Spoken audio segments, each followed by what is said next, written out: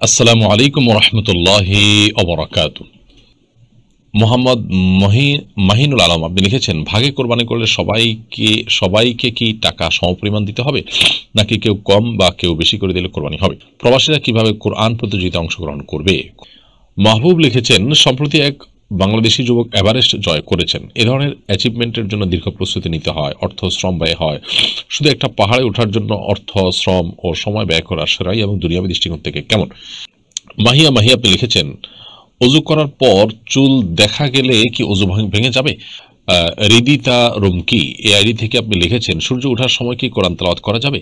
সূরা কাহাফ শুক্রবার পুরোটাই পড়তে হয় কিনা? ভাই মাহিনুল আলম, আপনার প্রশ্নের উত্তর আমরা ইতিপূর্বে একটা প্রশ্নের মাধ্যমে দিয়েছি। সেটি হলো যে কোরবানিতে কোনো ভগ্নাংশ চলে না, ভগ্নাংশ রাখার কোনো সুযোগ নেই। অতএব পূর্ণাঙ্গ একটা অংশ রাখতে হবে। কোনো একজন শরীক যদি একটা অংশের চাইতে কম দেন, তাহলে অন্য শরীকরা কেউ যদি সেটা ফিল আপ করে দেন যে ঠিক আছে তার পক্ষ থেকে আমি ফিল আপ করে দিলাম, তার পক্ষ থেকে হলো আমি টাকাটা তাকে হাদিয়া করলাম, উপহার দিলাম, ডোনেশন করলাম, তার কাছে হয়তো একটা ভাগের টাকা 15,000 টাকা, তার কাছে 10,000 টাকা আছে, তো বাকি 5,000 টাকা আমি প্লাস করে দিলাম, আমার তরফ থেকে আমি তাকে দিলাম। তাহলে ওটা পুরোটা তার তরফ থেকেই হলো, পুরো অংশটা জাস্ট একজন তাকে 500 টাকা বা 5,000 টাকা হেল্প করলেন, এরকম হলে সেটা জায়েজ আছে। কিন্তু যদি এমন হয় যে একটা ভাগ দুজন মিলে নিয়েছেন, তারা গোশত ভাগ করে নেবেন, তাহলে সেটা জায়েজ হবে না। কারণ কোরবানির পশুতে গরু বা ওট হলে, মহিষ হলে সেখানে সর্বোচ্চ 7 ব্যক্তি অংশগ্রহণ করতে পারে। 8 ব্যক্তি অংশগ্রহণ করার সুযোগ নেই, কিংবা 7 ব্যক্তি করলেন, এর মধ্যে একাধিক ব্যক্তি যদি একটা ভাগের শেয়ার নেন, তাহলে সেটা কিন্তু জায়েজ হবে না। প্রবাসীরা কিভাবে কোরআন প্রতিযোগিতায় অংশগ্রহণ করবে? খুবই সিম্পল। কোরআন প্রতিযোগিতা যেহেতু অনলাইনে হবে, এটার ফাইনাল পরীক্ষার চূড়ান্ত ধাপ সেটা অফলাইনে হবে হয়তো, এবং সেখানে অফলাইনে যখন হবে সেটাতে ইনশাআল্লাহ বিদিনা বাহির থেকেও মানুষ অংশগ্রহণ করতে পারবেন। সেরকম সিস্টেম যারা বাহিরে থাকবে তাদের জন্য আমরা রাখবো ইনশাআল্লাহ। তবে সাধারণত যে প্রথম 6টি ধাপ আছে বা 5টি ধাপ আছে, এই ধাপগুলোতে পৃথিবীর যে কোনো প্রান্ত থেকেই অংশগ্রহণ করতে পারবে যে কোনো ব্যক্তি, এমনকি প্রবাসী ভাইরা তারাও অংশগ্রহণ করতে পারবেন।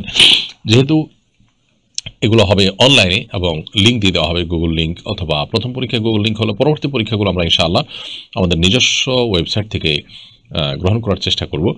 অতএব আমাদের ফেসবুক পেজে যখন লিঙ্ক প্রকাশ করা হবে, যে কেউ লিঙ্কে ক্লিক করে কিন্তু পরীক্ষায় অংশগ্রহণ করতে পারবেন, এবং যথারীতি তার জন্য পুরস্কার ইত্যাদিও প্রযোজ্য হবে। মাহবুব লিখেছেন, সম্প্রতি এক বাংলাদেশি যুবক এভারেস্ট জয় করেছেন। এ ধরনের অ্যাচিভমেন্টের জন্য দীর্ঘ প্রস্তুতি নিতে হয়, অর্থ শ্রম ব্যয় হয়।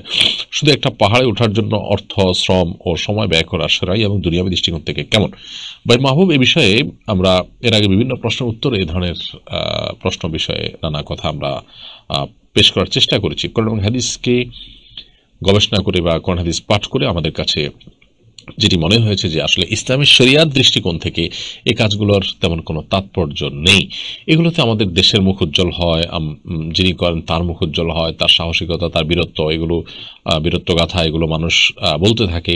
কিন্তু আসলে ইমানদারের প্রত্যেকটা কাজে দুনিয়া এবং আখিরাত কোনো না কোনোটার কল্যাণ নিহিত থাকবে। যদি এমন হয় যে ওই জায়গাটাতে যে কোনো কিছু আবিষ্কার করা যায় কিনা, মানুষের জন্য কোনো কল্যাণের কোনো কিছু বের করা যায় কিনা, তার জন্য গবেষণা করলেন, তার জন্য চেষ্টা করলেন, তাহলে সেটা ভিন্ন বিষয়। এটা যেমন মহাকাশে যাচ্ছে মানুষ, সেখানে গিয়ে আপনার মহাকাশ স্টেশন থেকে নানাবিধ মানুষের কল্যাণ সাধন করার পথ পদ্ধতি বা নানা রকমের আপনার সুযোগ সুবিধা সেখান থেকে মানব জাতির জন্য সেখান থেকে তারা তৈরি করতে পারছেন, দেখাতে পারছেন বা আবিষ্কার করতে পারছেন।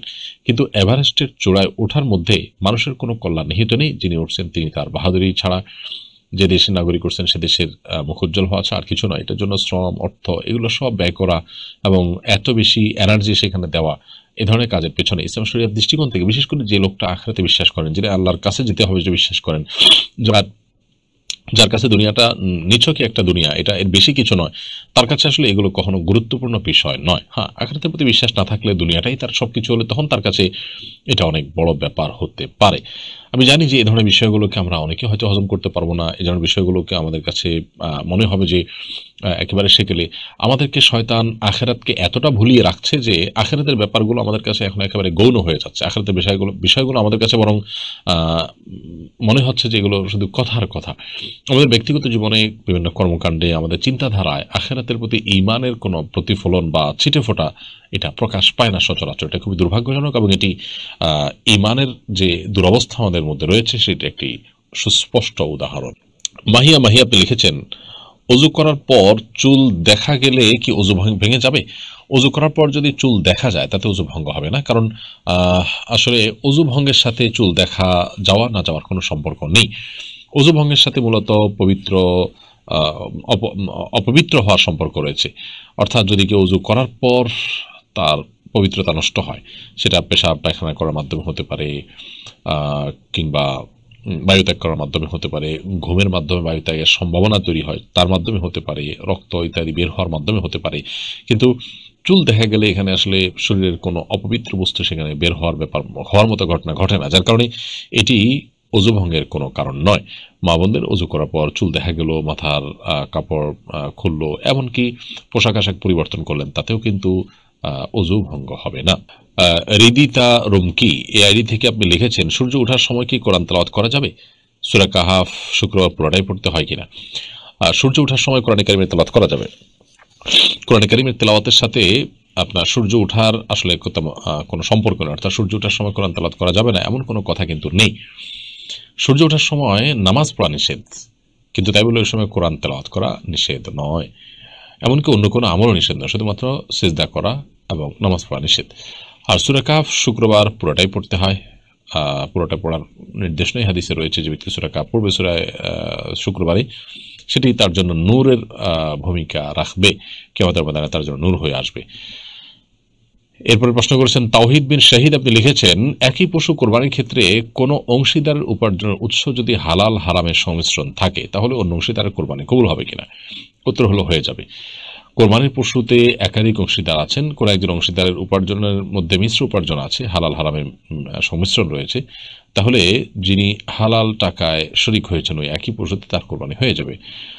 প্রথমত, যার মধ্যে হালাল হারামের উপার্জনের মিশ্রণ রয়েছে তিনি তো নিশ্চিতভাবে সেখানে হারাম টাকা দিচ্ছেন, সেই বিষয়টি প্রমাণিত নয়, সন্দেহপূর্ণ, শুধুমাত্র একটা সন্দেহের ভিত্তিতে একজনের ইবাদত নষ্ট হবে না। আর দ্বিতীয়ত হলো যে যিনি নিজের হালাল টাকা থেকে শরিক হয়েছেন তিনি আরেকজনের দায়ভার তার উপরে বর্তাবে না, কারণ আল্লাহ সুবহানাহু ওয়া তাআলা বলেছেন, আল্লাহ তাযিরু ওয়াজিরাতুন উযরা উখরা, একজন পাপের বোঝা বহনকারী তিনি অন্য কারোর পাপের বোঝা বহন করবেন না, অর্থাৎ যার যার পাপের বোঝা তাকেই বহন করতে হবে।